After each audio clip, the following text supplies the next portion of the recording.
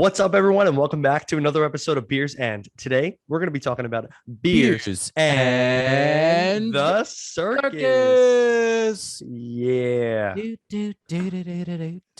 Circus. Whenever I hear that, I think about that silly movie that came out, and it was the one about the animals. Was it Madagascar? I think so. Yeah. Yeah. I And, like to move it. yeah, and in the commercial, it's that, and it's one of the zebras with like a rainbow wig on a ball. I'm pretty sure. I could be wrong, but it's definitely a rainbow wig zebra. I like that. Oh, I know exactly what you're talking about. If y'all are wondering where you are right now, you are at the Beers And podcast. Hello, my name is Alex, and not next to me this time, but across from me is Nick. Hi there. What's up? We're remote. You know, we are every once in a while. Things every once in a while. You know, we like to keep it fresh. And we've figured out finally a different view when it's just a speaker view. When you're doing it via Zoom, it's a very intimate experience because I feel like you and I don't actually look at each other in the eyes this frequently. Not as much as we should. Maybe we should start though. Listen, that's something I've thought about because when people are hanging out at the bar, sometimes you're at the table and you're sitting across from each other. That is true. We'll have to figure it out. What color eyes do you have, Alex? Very dark brown with hints of orange. Oh, all right. Amber, if you will. Oh, all right. Sure, we'll go with that. Okay. This is not color podcast. This is a beer podcast. Get lost in those soupy eyes. It's exactly how I would describe them. What's not soupy is our beer today. Yeah, we're going with a lovely New England style IPA. Again, Chowda. courtesy of Long Eagle. Nicole Fortier via Long Eagle Brewing. Yeah. So lovely looking New England style IPA, as you said. It is it's a hop bomb as described on the can. Ooh. Double dry hopped with Mosaic, Citra, and Centennial. I'm excited for this one. Citra and Mosaic are like mainstays pretty much with us, I would say. This is one of the few beers, again, that I've had before Alex has tried out, and I quite enjoyed it. I'm a sucker for a New England style IPA. I don't care how much of a basic 30-something white man that makes me, but not at all. I am unforgiving in it. I say. That's okay. Hey, nothing wrong with the New England style IPA, right? Absolutely. Come check us out on the socials, Instagram, Beers And Podcast, Twitter, Beers And One. And you can come watch us on YouTube at Beers And Podcast. That's correct. You can also go ahead and shoot us an email at any one point in time for feedback or suggestions at beersandpodcast@gmail.com. Gmail. Yeah. Très French. French. I'm learning. By the way, real quick, before we go ahead and get started, a couple episodes ago, I had called out my cousin Sean out there in Washington State. He had said a while ago that he was going to go ahead and send us some beers. And a couple episodes ago, I called him out and said, you rat bastard, you rapscallion. You rapscallion. And he called me Sunday afternoon and had said to me, the beer made its way all the way to Kentucky and then was sent back. They must have heard us talking about them a couple episodes ago. Oh, you know what? I didn't even think about that. That's probably what it was. Yeah, definitely. They put my address down incorrectly. So, what a bummer. Not him, but they did. So that's where that came from. So he's going to send us a fresh batch. Okay. Soon. All right. Looking forward to it. Fair enough. Well, while I crack this beer, Nick, question of the day. If a chicken and a half lays an egg and a half in a day and a half, how much does a pound of butter weigh? A pound. That is correct, sir. Woo! I like a good, real tongue twister along those lines, or some of those like word games. Like, is it legal in California for a man's widow to marry his sister?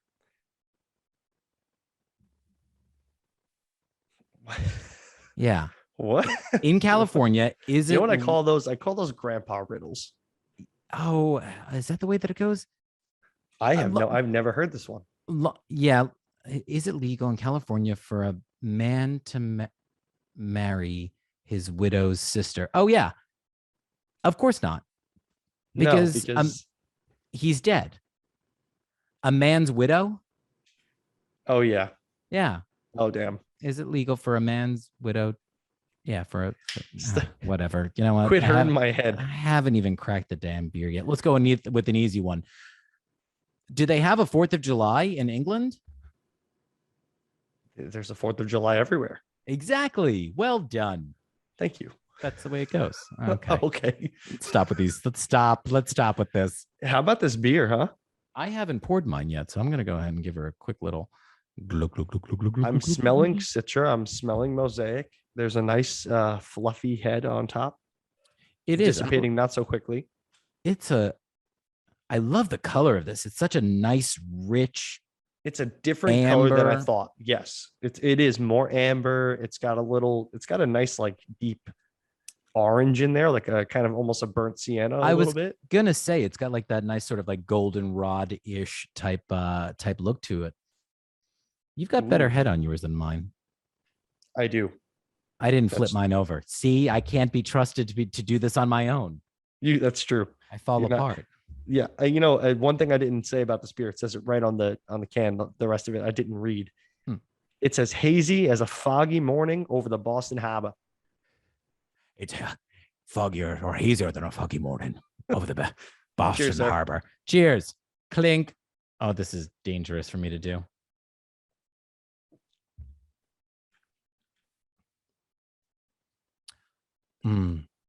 Okay, the Centennial hops come in very, very nicely with a strong bitter note, but it kind of mellows out. I think that's the Citra. After that a little bit. I think that's the Citra. It could be. I do think I will fact check this right now, so I don't have to party foul it next episode. But I believe Centennial hops are used for bitterness, and I agree. The Citra comes up very nicely in the back, but I do want to check myself on this. I believe that you are correct. This is one of those beers that has the smell of an appealing beer for me. Like this is one of those, I'll be honest, after we cheersed, or even before we cheersed, might have even been before we cheersed, I had wanted to take a sip immediately after smelling it. I didn't want to wait. Smooth.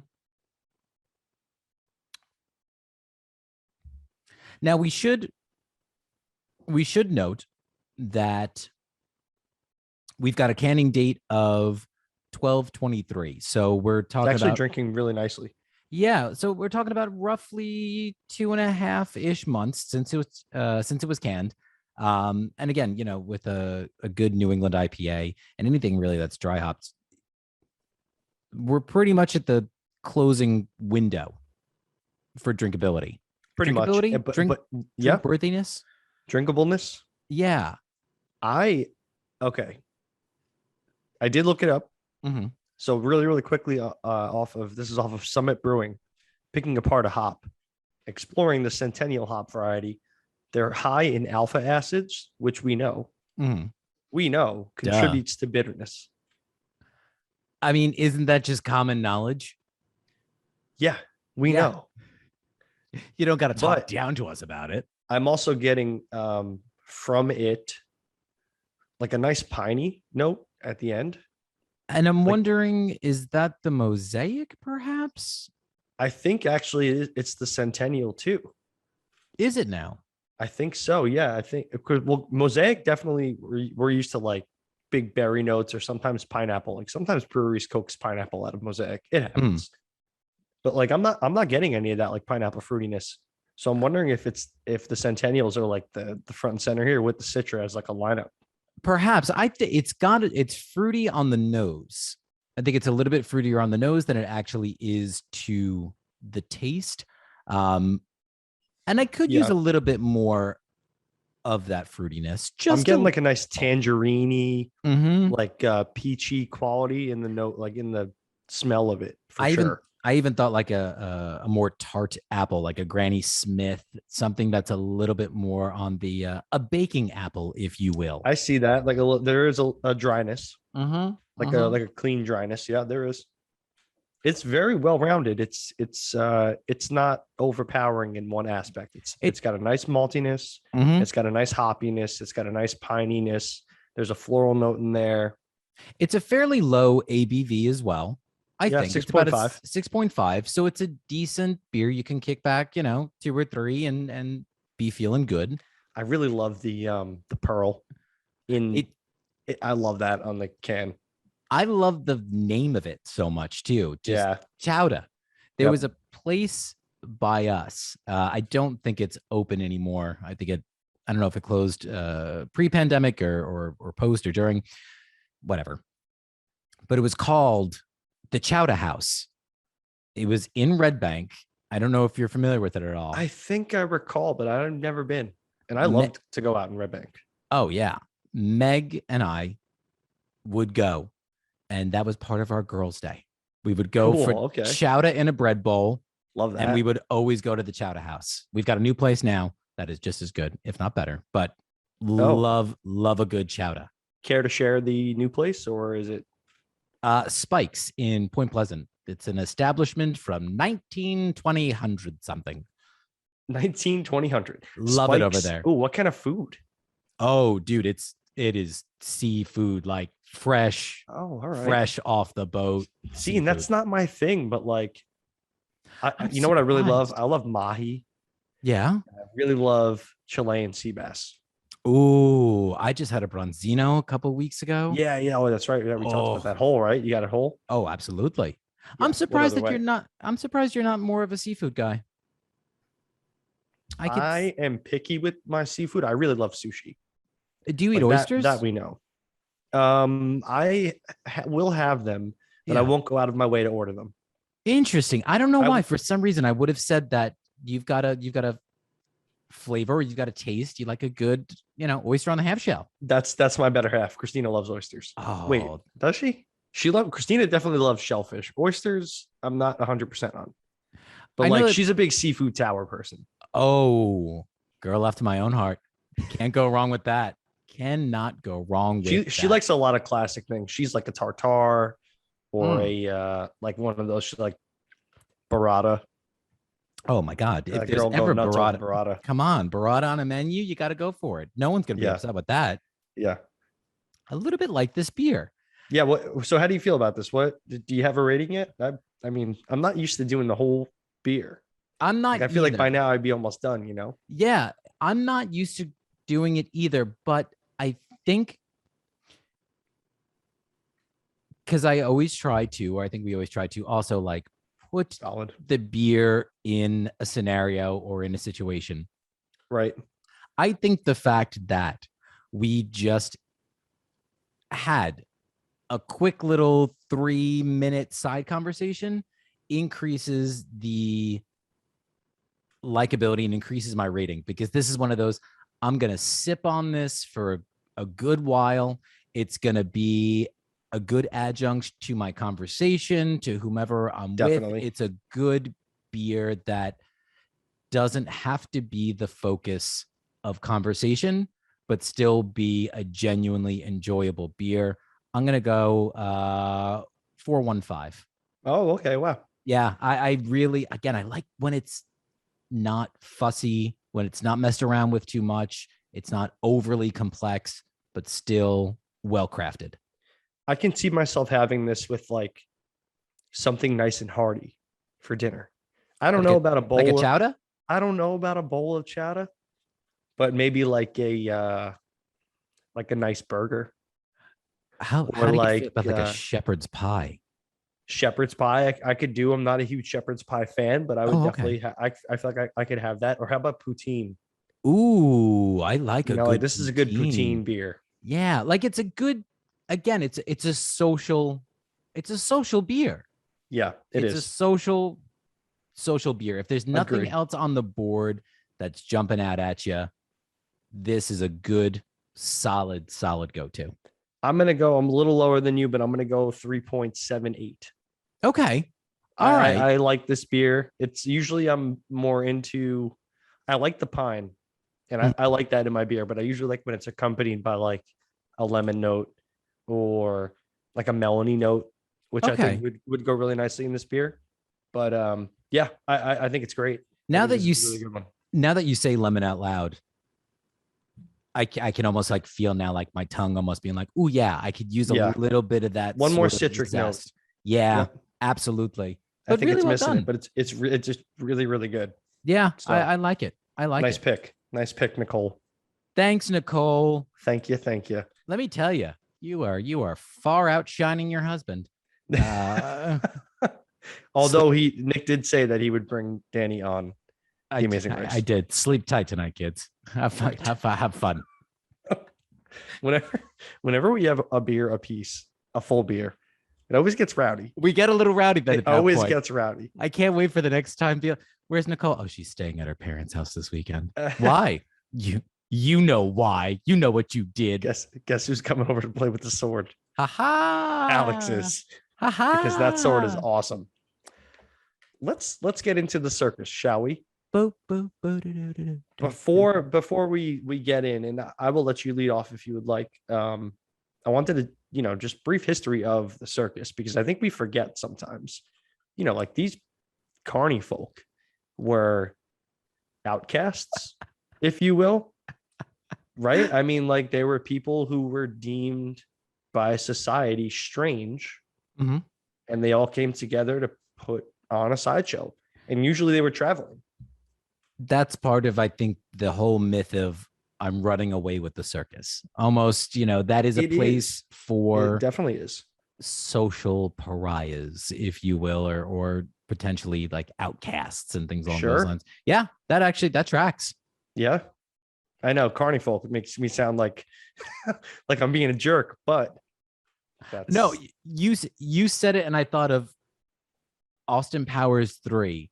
Right. There are only two things that scare me: cabbage hands, Carny folk, and the Dutch. Carny folk, tiny hands, smell like cabbage.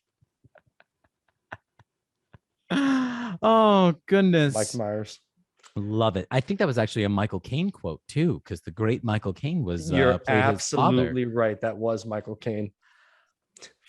What a great movie! Phenomenal. All three of them all hold up over time. Yeah. Oh yeah. Now, I will kick things off. Or is that? Or were you about to? Oh, okay. Thumbs up. Thumbs up. Thank you. So I will also preface by I remembered after having suggested this topic, because I had listened to another podcast not too long ago that was talking about the Hartford Circus fire, which was a terrible fire that happened in the 40s. But then I had remembered I won tickets once from the newspaper for the circus.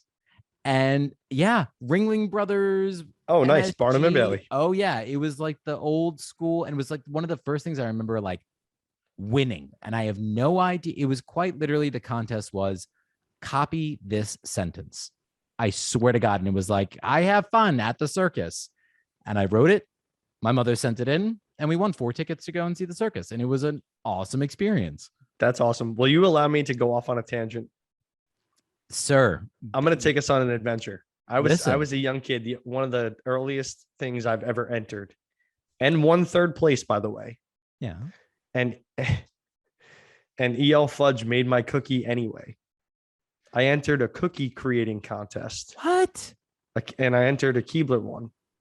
And I said that they should make a s'mores cookie. Chocolate chips, marshmallow, right? Graham cracker in the cookie.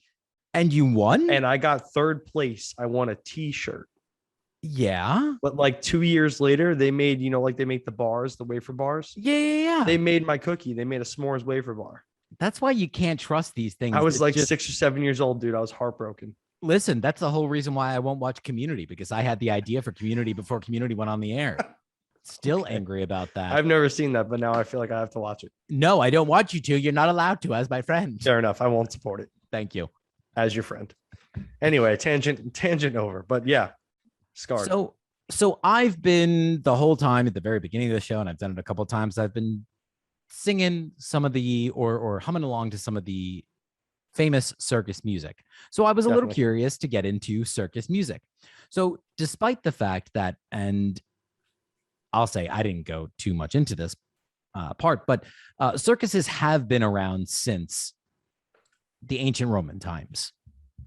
And despite that, music is a relatively like new facet.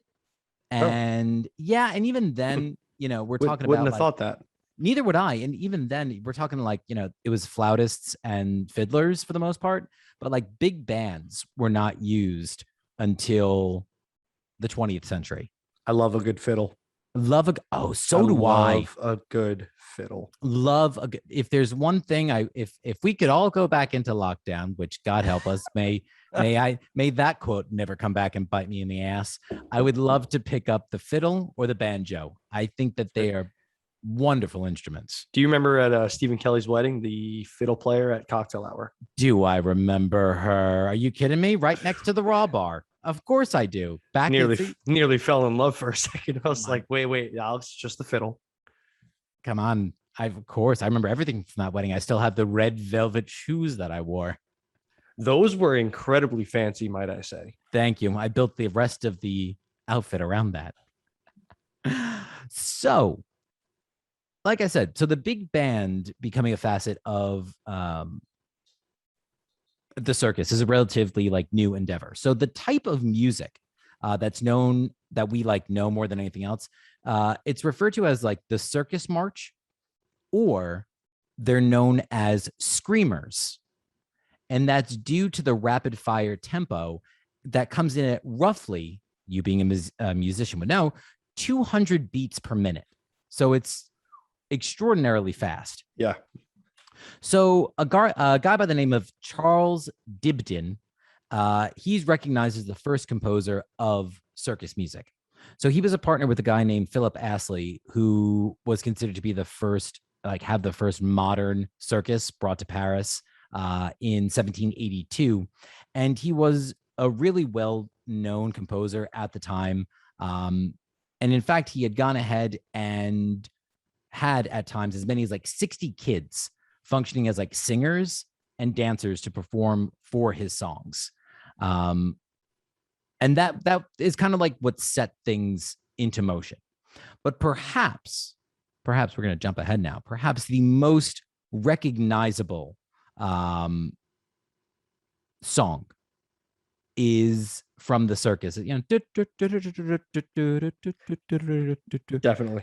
So its name is called it's Entrance of the Gladiators is what the name of the song actually is. Okay. And badass, it was badass. Oh, totally badass. And the reason why is that it was actually written first as a military march. Nice. In 1897 by a guy by the name of Julius Fuklik. And that's not, I'm not making that name up. That's his name, Fuklik. Can we get a sensor yeah, right? buzzer in here? The FCC. Fuklik. It was then adapted many times, and then most notably in 1901 by Louis Philippe Landereau. He was a Canadian composer, and retooled it and released it under the title of Thunder and Blazes. And that is the version that we know today. Again, so like right off the bat, some badass titles for clowns, you know. Right. Then there is another song. It's not nice to talk about the military that way. Oh, listen, they get paid more than enough. You get more than enough for that money. Well, maybe not them. You know, they get some. Maybe they don't have a lot. Okay, now that I've gone ahead and insulted our entire armed forces, we'll take care of it in post. Mm-hmm. The other song that I've got over here is, and I don't speak Spanish, Sobre las olas, which is over the waves. Oh, I wouldn't have known that personally. No, you knew the over part, which good on you. And that is the song that is usually associated with like trapeze artists. So it's the one that not. Bum, bum. Oh, I think I know. I think I know what you're yeah. trying to. I don't think it's Dun, public dun, domain. dun, dun. Yes. Right. Yes. Yeah. Yeah. It's That's very the kind of hook or soft and whatever. sweet. Yes. So it was a popular waltz that's often played, like I said, during trapeze Yes, artists. it's a waltz. Yes. Yes. So it's often mistaken as being credited to like Strauss, but it was actually written by a Mexican composer by the name of Juvenito Rosas, and it was first published in 1888. And according to like the Oxford Companion of Music, it is considered to be one of the most famous Latin American pieces worldwide. So this guy wrote this song, and then, like I said, in 1888, he was a pretty popular artist, or at least, musician at the time. He had toured the US in 1893, and then he went with another orchestra to tour in Cuba in 1894. And that's where he died of spinal Myelitis. myelitis. Thank you. You're welcome. He was only 26 years Wow. old. Oh, that's so sad. It is. And he left this lasting legacy. And then the last one that I've got to note is Stars and Stripes Forever. I know this one. Hopefully, you never hear it, and I never hear it at the circus. Reason being is that it is what's referred to as the disaster march. And it's used to subtly notify like circus personnel of an emergency situation. Oh, geez. Yes. And hopefully give them time to like organize the audience and then avoid any big panic that might take place, like if a general announcement was made. And that's something that's standard not only in the circus, but like all of like live theater and whatnot. Like if you ever hear John Philip Sousa's Stars and Stripes Forever, there is something that is actually wrong. Interesting. Wow. Yeah. Like a code red. Yeah, exactly. Which I thought was like a beautiful like addition to this entire piece. But yeah, so wow. That's just some of the music that hopefully you hear or don't hear at the old circus. Right. Well, I'm gonna stick with the morbidity for a little while. Oh, maybe not so morbid, but it sounds like it, because I got really fascinated with the acts of the circus. Mm-hmm. So the first one I really wanted to dive into was sword swallowing. And this is something I've always been interested in because, I'm sure you've seen it when you were a kid too. And you're like, well, what the hell? And there are no tricks in sword swallowing. No, I'm taking, listen, for the record and just for the audience, I'm taking the high road right now. All right. Touche. I just want that to be known. But no, I would assume that there's really no way to almost like fake that. There is not. There, in fact, is not. So this actually came about much earlier than I had anticipated. This technique, if you want to call it, or this, sideshow attraction, was actually taking place and spreading to Greece and Rome around 1 AD. Oh, shit. So, I mean, we're talking for thousands of years this has been around. Yeah. Interestingly enough, it was outlawed by Scandinavia in 1893. Really? Yeah. I would have assumed that those Scandinavians would have been like, oh, no, Hector down. No. Oh, no, I'm not actually watching. Oh, sorry. Poor Hector. No, he's all right. That's okay. I'm scrambling to see. Okay. I got comfortable. He's gonna fall again. He's a little fakakta. I'm gonna just hold him for a little bit. That's probably a good idea. Take care of our child. So yes, outlawed by Scandinavia, which I thought was hysterical. Insanely enough, and like I couldn't, even while I was looking it up, I couldn't begin to even fathom any of this, or why you would want to learn this or do this. But people are able to do this if they can just relax their esophageal sphincter. Yeah. So it's the back of your throat, typically an involuntary muscle. Yeah. But you have to kill your gag reflex to insert this sword down your throat while your neck is hyper extended, like all the way back. That's the part that seems like the trickiest, because I feel like it's one thing to You have to get it vertical. Yeah. Yes. So according to a study done on 8, and I quote, normal people, the transverse diameter, so the width of your esophagus, your pharynx Yeah. at its smallest point, is roughly 1.7 centimeters, give or take a half a centimeter. So we're talking about like millimeters of latitude for you to make an error. Oh, And no, no, if you no. do, you're in trouble, right? But believe it or not, once it's past the pharynx, the sword becomes assisted by gravity and kind of just swiftly descends the esophagus, straightening it because it's flexible. It's just like a tube, and right into the stomach. And actually, like, the stomach then becomes distended because of this. So it takes on a more vertical structure. And people who do this, some swallowers, haha, consume a large meal or drink water beforehand to give the stomach a more upright orientation. So to kind of aid in this, so they don't have to force it or cause, issues. And like, this seriously all must be done with ridiculous focus, because as the sword passes through, it's within millimeters of your heart, lungs, and aorta. So essentially like 3 things that could kill you in 2 seconds. That sounds like it's not worth the effort. Right. And people do this, and obviously you can't do it too much because you'll be sore. Like sore throat, obviously. Sword. Yeah, sword. You'll be sore throat. Throat. Yeah. But like, people still do it, and do it a lot still. I would love to know, genuinely, like, what is the learning process to something like that?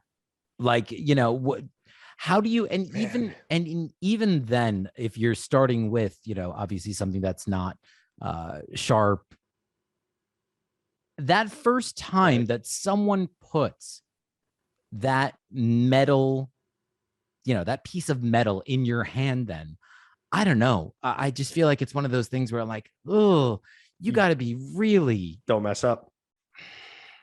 Yep. That's exactly what it is. Don't mess up. What an incredible thing to, like, so brave I was to do just going this to for say, no reason other than someone else's enjoyment. yeah. Hey, you know what? I feel like most of the things in life are like that, where it's just for somebody else's enjoyment. Now, yeah. Yes. Agree. Can we still see? Okay, he's gonna hang off. He's just a little to the side. Let's just do like this. So, anyways, sword swallowing. So that was a fun one to delve into. So, shall I? Maybe I'll pick up. I'm gonna save that one for last still, because I've got another act I was gonna talk about, but I'm gonna hold off on that one for a second.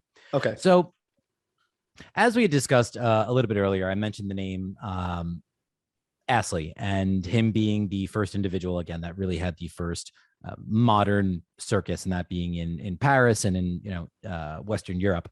But the American circus has a much kind of longer and richer history than I would have even thought for myself. So oftentimes the introduction of the modern circus as we know it is accredited to a guy by the name of Bill Ricketts, who was a Scottish writer in 1793.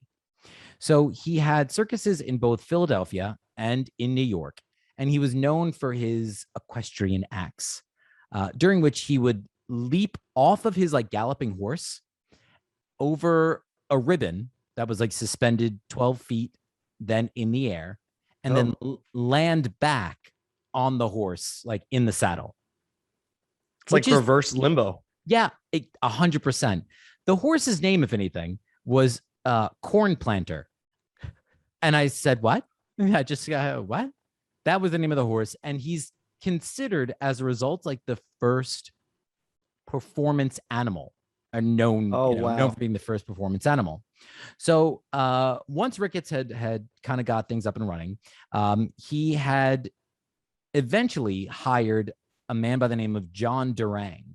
And John Durang was a really famous clown and considered to be the first American-born circus clown. So eventually Ricketts, got really popular. He was performing 2 to 3 times a week, and these performances were not just for like general audiences. Let's say, like, we're talking, he had some really big audience members. So for one thing, he had performed at a special commemoration of the retirement of George Washington, because they were both Freemasons. Interesting. And then he also later had performed for then John Adams as well.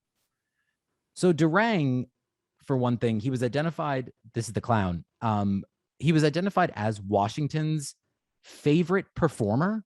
Like, yeah, evidently George Washington had a thing for John Durang. Interesting. Clowns. So just as a little bit of a connection to one of our previous episodes, John Durang's one son was named Richard Ferdinand. And Richard Ferdinand is credited with suggesting the tune, for Francis Scott Key's poem, which then became the Star Spangled Banner. Oh, full circle. Full circle. So back to Ricketts in the American circus. In 1797, he also then not only established, the first kind of modern circuses here in the US, but he's also credited with the first ones in Canada, having opened up a circus then in Montreal. And unfortunately, then the circus in New York, like many circuses at the time, burned down.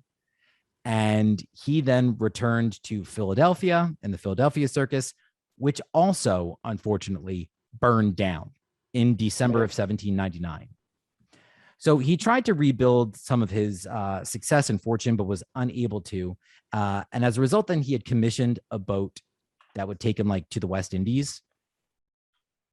While he was on this boat, it was intercepted by French privateers, so like French pirates, and taken to the island of Guadeloupe instead. Yeah. So while in Guadeloupe, he was allowed to still perform and had made some of his money back, and he was able to get his horses back.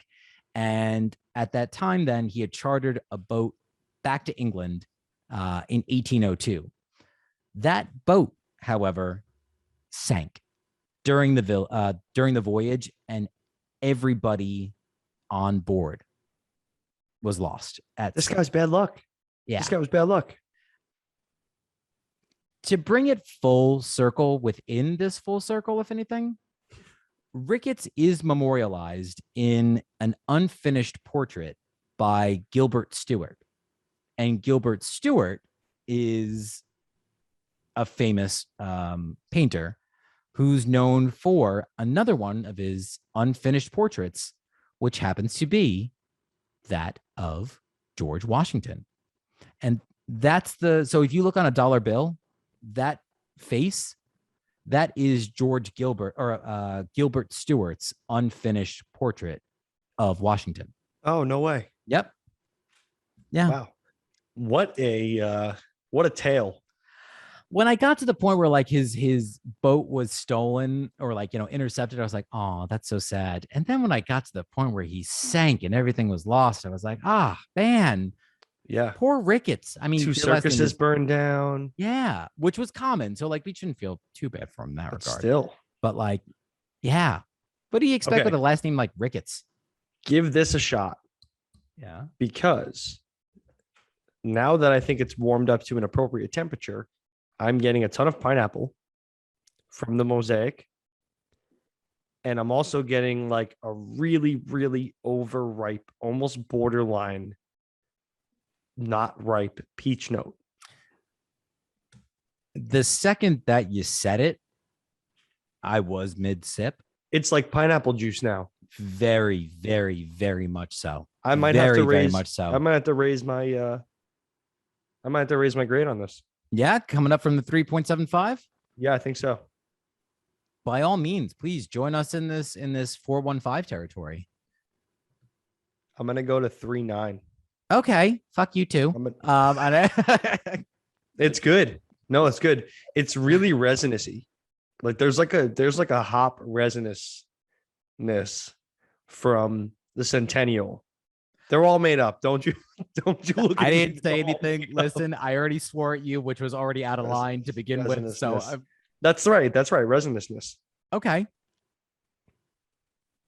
But there's a resinous hoppy feel. How's that? No, it's perfectly fine. Yeah. But you know what? But what's nice is that, again, it's not like, I'm going to shit on him again. It's not like a King Julius to where it's an unpleasant resin. Right. And who knows? That could be like, I don't want to get too beer meta with you, but like malt, yeast, like who knows what it comes down to. But yes, it's not as hop oily. Right. Not as like punch you in the face bitter. Yeah. To where it lingers like the King Julius does. You're right. No. Yeah. It finishes it nicely. Okay. So I stuck with acts, and like I later on we should mention some of the ones, honorable mention, some of the ones that we didn't dive into, because there are a lot of good ones. Have you ever heard of Frank Cannonball Richards?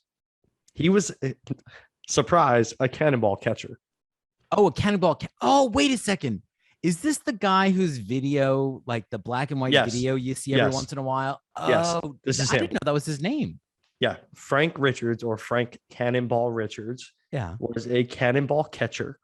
He, after serving in World War I, he joined vaudeville prior to 1924, creating an act for himself, letting people punch him in the stomach to display the punishment that he could receive.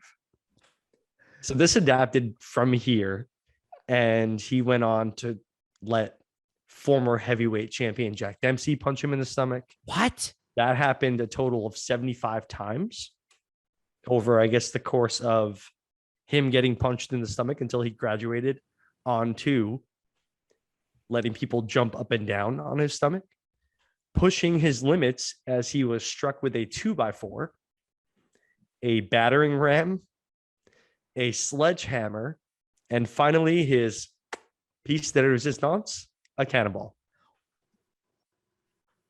So just to be clear, it was a 104-pound cannonball that was shot out of a 12-foot spring-loaded cannon. So not quite, ignition with fire and gunpowder. But I mean, still, it's the 104-pound cannonball. I know my reaction when I stub my toe. Right. Let alone the idea of having a cannonball fired at my stomach. So at the peak of his career, he was doing it twice a day. What? He would allow himself to be shot as any more than this, and he was too sore. Totally understandable. Yeah. Right?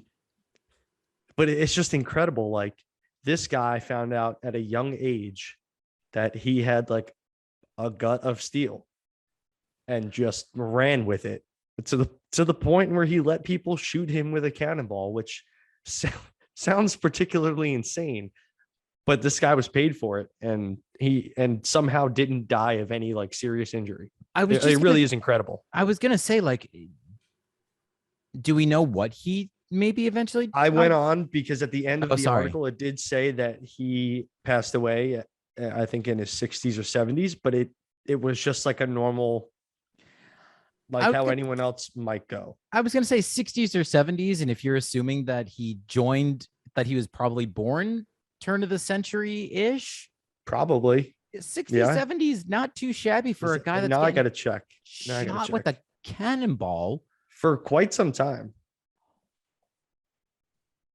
Oh, your son's a doctor. It definitely wasn't. My Franklin gets shot. He was okay. So he was born February 20th, 1887, and lived all the way until February 7th, 1969. So like the dude was 80 years old. Yeah. Holy shit. Yeah. He would. Yeah. Frank Cannonball Richards, the man with an iron gut. Was he from Massachusetts? He was born in it doesn't say. It says he maybe Long Beach, California. Oh, okay. Yeah, probably. Long Beach, California. I don't know why. For some reason, I just imagined that then being like a Massachusetts. That would be a fantastic full circle. I know, little juxtaposition to Chowda. Yeah. Wow. Yeah, but pretty incredible. This guy. How much could you make from something like that after a while? I don't know. Honestly, I mean, overhead has got to be low. yeah. You could pretty much show up to work shirtless every day. Yeah, and I'm only going to need the one cannonball. Just go pick it up and then throw it in the car on the way home. Right. Wow. Pretty cool. Listen, there's a job for everyone out there, folks. That's there's the a truth. Job for everyone. So the last act that I had gotten into, or really the first act that I'm going to get into, but then the last point, has to do with trapeze artists. And specifically, it is a look at the flying Wallendas. I'm glad that you did something on trapeze. I think that trapeze is I truly do. I think it's beautiful. Iconic. It is stunning. It is a mix of, it almost is like ballet to where you can appreciate it from an aesthetic point of view. Sure. But when it's happening mid-air, there's that edge of your seat enjoyment and excitement that it is incredible, like flying through the air like that. I can't imagine. We take it for granted because we've seen it for so long, but like that's not easy. No. Oh, not at all. Not at all. So the flying Wallendas, if anything, again, they are perhaps the most well-known, if you will, trapeze act in the world. So specifically, what makes them a little different is that they're known for their high wire acts without a safety net. Jeez. So they were founded by Carl Wallenda, who evidently was born into a quote unquote circus family as well, and had began performing at the age of 6. So very, very young. He was at least, familiar with the circus lifestyle. So he started to train as a teenager. And in 1922, like doing like high wire acts and trapeze acts. So in 1922, he put together an act then with his brother, George, a guy by the name of Joseph Geiger, and a teenage girl by the name of Helen Kreis. Eventually, he married Helen as well. So the team would tour throughout Europe and throughout the world. And when they were touring in Cuba at one point, they were discovered and then hired by John Ringling of Ringling Brothers. They debuted then at Madison Square Garden in 1928, and they had received a standing ovation, again, for having performed without a net. Do you know why they performed without a net? It was more dangerous, more skill involved. It was It was lost in transportation. They had a net, but it got lost. So they, I guess, still decided. That's terrifying. That's the way they gained their fame. So eventually got to the point where they would perform a number of famous, acts, including a 7-person chair pyramid. So I'm sure you've seen. Oh my God. They all get on each other's shoulders. And the one person on top of the chair. Yep. So this, however, did result in tragedy at one point. So on January 30th of 1962, the front man on the wire had faltered and the pyramid collapsed. Oh, man. John Fagnan or Fawnin, Wallenda's son-in-law, and his nephew were all killed, while he had sustained a pelvis injury, and then his adopted son, Mario, was left paralyzed from the waist down. Wow. His niece... So sad. Oh, terrible. His niece had sustained a head injury as well. After the emergency net was deployed, she bounced off of it then. So she was caught by the net and bounced out and had sustained then this head injury. So a year later then, his sister-in-law fell and was killed in an act. And then another son-in-law of his was killed in 1972 from another, his son actually, the son-in-law in 1972 had died because evidently the wire became electrically charged somehow. And he, what? How does that happen by accident? I have no idea. Oh my God. Despite this, he continued, again, Karl Wallenda continued to perform. So at one point, he had walked across the Tallulah Gorge in 1970. And then in 1978, during a promotional walk between two towers of the Condado Hotel in Puerto Rico, he fell and was killed during that walk. So it wasn't until then, 2011, his great grandson, Nick, wound up completing that walk with his mother. I think I remember that. Oh, I'm sure that you do. So this great grandson, then Nick Wallenda, essentially is like the head of the family now. He's kind of emerged as the lead for the Flying Wallendas, being, and this is just a couple of his accolades. You know, I can't get into all of them because there are so many, but some of the biggest ones. He was the first aerialist to walk across Niagara Falls.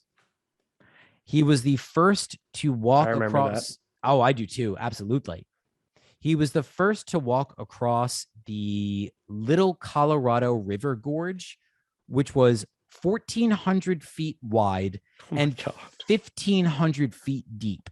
Jeez. And then he also holds the world record for the highest incline. It was a 19-degree incline. Wow. And for doing so blindfolded between the West Tower of Marina City and the Leo Burnett Building in Chicago.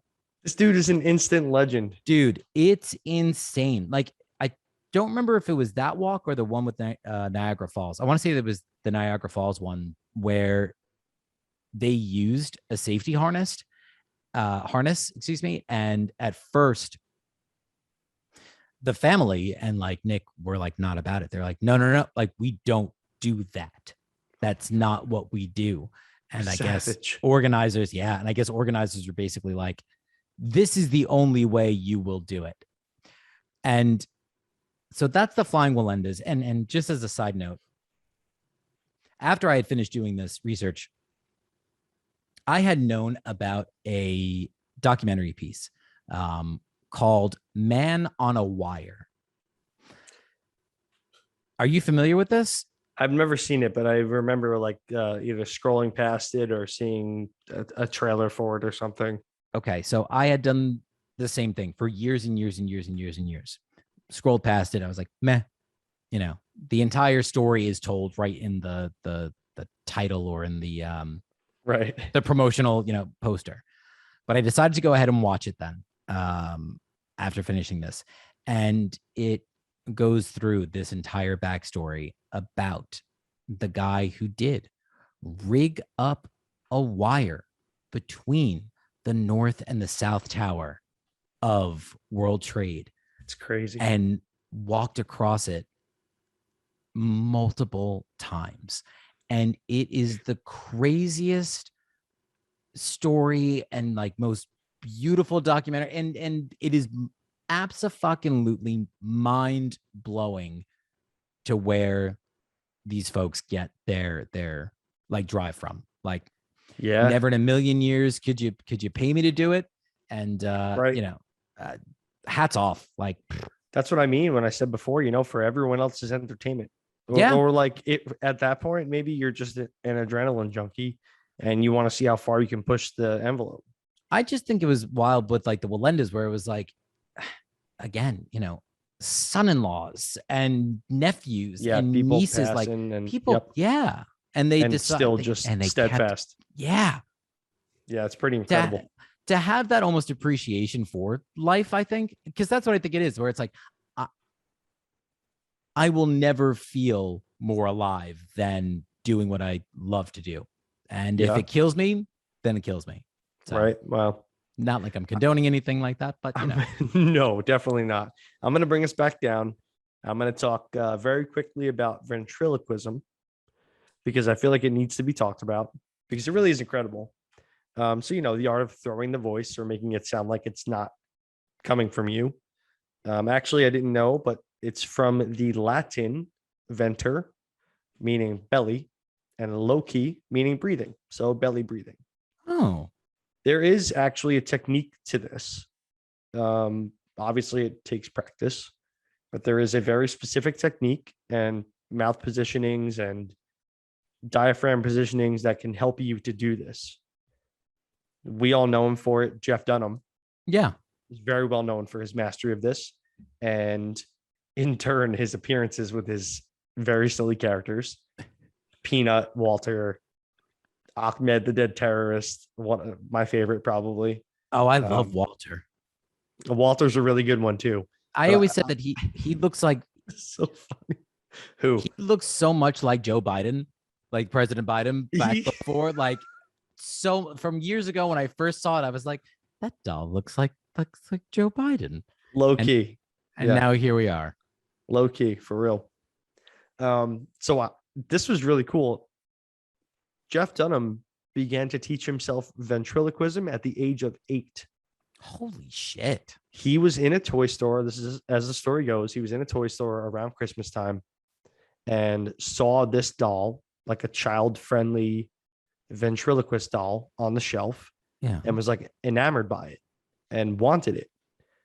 His mom didn't buy it for him at the time. And actually, he goes on to say that he forgot that he had even saw it in the store until Christmas morning. He opened up a present, and what was in it? The ventriloquist doll. I was waiting for you to say like a football. No. So he started to practice. He even went as far as to buy books and materials on ventriloquism from like a bookmobile that went around by where he lived. Yeah. And then he even bought a recording. I believe the guy's name was Jimmy Nelson, on how to master the art of ventriloquism. And as we know, his career skyrocketed. He said he spent hours studying himself in the mirror, his facial expressions and all that stuff to really make it. Because, obviously there are some letters, or maybe you don't know this, that you just can't hide in your mouth. So like he spent a lot of time with those letters, learning how to mask them, and like kind of really developed his mastery of this. To me, it's, and I'm sure to most of us, it is so wildly, impressive, but at least for myself as,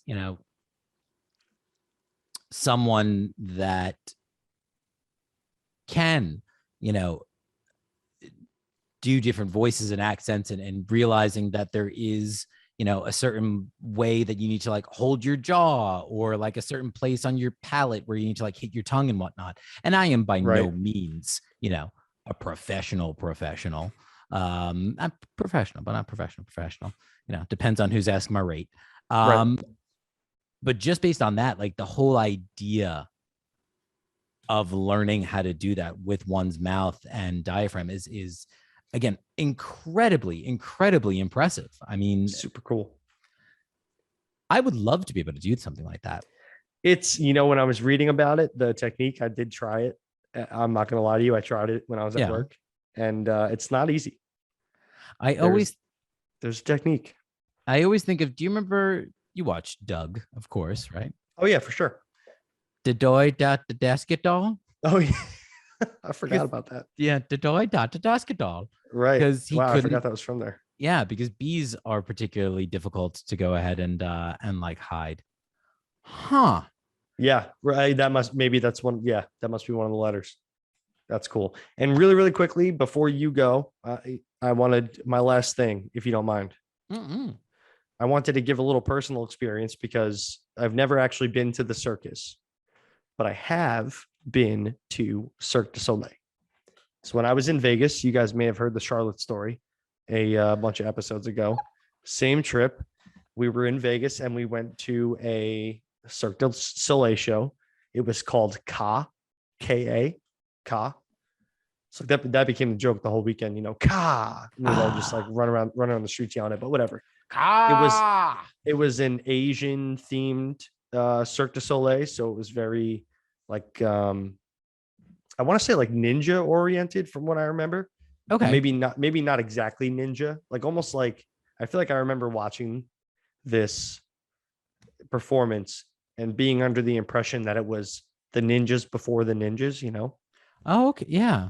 But one thing I remember that I really loved and that I thought that was so cool, the stage was a perfect square and it started off parallel with the ground. So like the players would walk on it and, conduct on it as if it was a surface, until about halfway through the show, this thing flipped 90 degrees on its side and was straight vertical.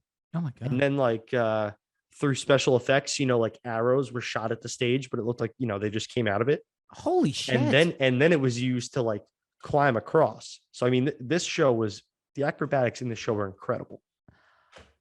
You are not the first person by a long shot who has had the pleasure or the experience of going to Cirque du Soleil and said that it is something that everybody should go and experience and see at one point in time. It's mystifying. It really is. I've never had I haven't had the opportunity yet. And I would be fascinated to go, because it's been years since I've been to the regular sort of like, big ring, big top circus. Right. And now that, don't get me wrong, I agree with the thing with the elephants, but and all the animals, but now that they don't have the animals, I don't want to have to necessarily go. No, you're right. And Cirque du Soleil is much more modern. It's a more modern circus. It's like an adult almost circus too, I think, where it's like, there aren't going to be clowns that are, pieing each other, which is a classic joke. I don't care what anybody says, we'll always get a laugh, at least out of me.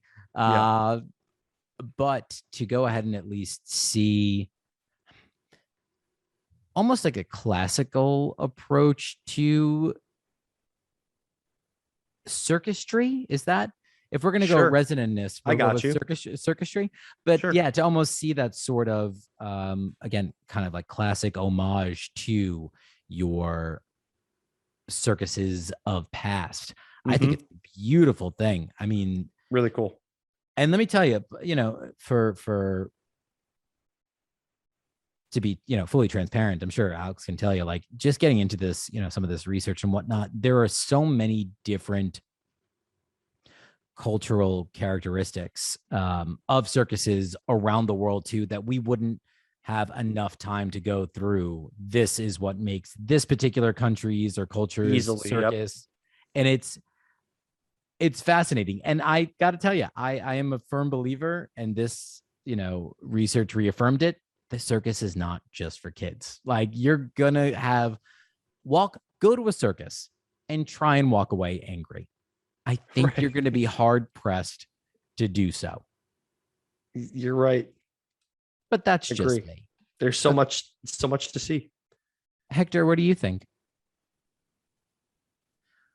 I think that's an anti-clownite statement. You watch your mouth. I'm going to censor that out, Hector. Excuse you. My God, it's 2022, you close-minded old man. Going back to what you said, away from our less than pleasant gnome friend, they're even just going through the acts, like looking at the list of them. There's like even ones named after countries. Like what? There was I wish I had the list that I had. Oh, sorry. The other day. No, it's okay. There's definitely no, I'm gonna find it. Hold on. Okay. Just for instance, there are the Roman ladders, the Russian bar, the Russian swing. These might not be native to the country, but no, they actually probably are. And the reason being is that I did at least read this much, is that I believe it was when Lenin had come in control of Russia, and under like Marxist ideology, they had actually put together I think it was like the Academy of Science and Arts, and they pushed circusry and like circus. I keep saying it now like it's a real world word. It might be like circus acts and whatnot. So that's why there is such a predominant like Russian influence. There's also the Chinese pole and the Chinese yo-yo. Oh, these sound like bad street drug names. Like, yo, I got some of that Chinese yo-yo. Going up and down all night long. You're right. Tons of stuff. I do want to just check something real quick, because I know that I had said during the last episode that I was going to check on this. and I want to make sure that I get it correct. God, I'm so sorry. And it has to do with. Yeah, I'm really interested. What are you talking about? I had mentioned that gnomes were from the Netherlands. Oh, you did. I did. Is that not true? And it seems like it is not necessarily true. Where are gnomes from? Do we know? Do we know them? Paracelsus? Oh, no, that's who wrote about it. So the word comes from Renaissance Latin and first appeared in the book, a book on nymphs, sylphs, pygmies, and salamanders, and the other spirits by Paracelsus. There better be published in 1566. There better be a chapter about sprites in there. Oh, there undoubtedly are. So I guess we can realistically say that it is from the old Swiss Confederacy, or perhaps present day Austria, because he died in a place called Salzburg. So not too far off, but just so we are all aware. I'm not going to go ahead and edit that and put that back in the beginning for a party foul. You're getting it now. God damn it. That's fair. Wow, you're right. These full beer episodes really do kind of always rowdy. Let me tell you, I should probably do work after this, but I'm not. I'm going to make myself dinner and call it a day. Sounds like almost nap time. I think so. Yeah. I think so. I can't wait to see you again in person. Yeah, I think, the remote's good during the week, but on the weekend, it's good to be in person. Absolutely. I think so. Much more preferable. Preferable. Yeah. Preferable. All these.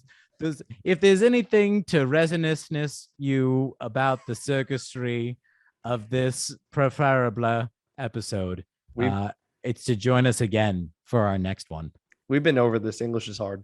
English is hard. And if you haven't been over it, go and check out some of the back episodes.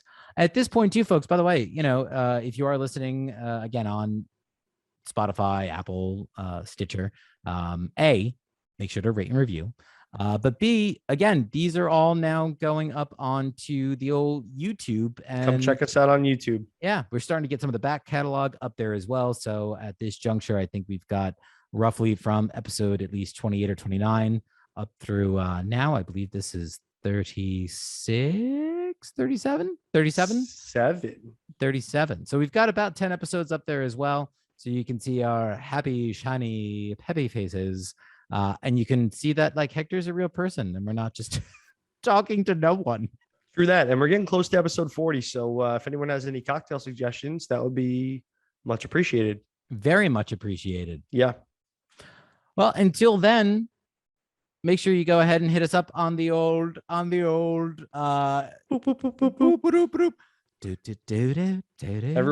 stay tuned for the socials and come see what fun we've got cooking up over there. Exactly. We'll be back again. And we'll talk to you soon. Hope you will be too. Goodbye. I am not a cook. I'm not a cook.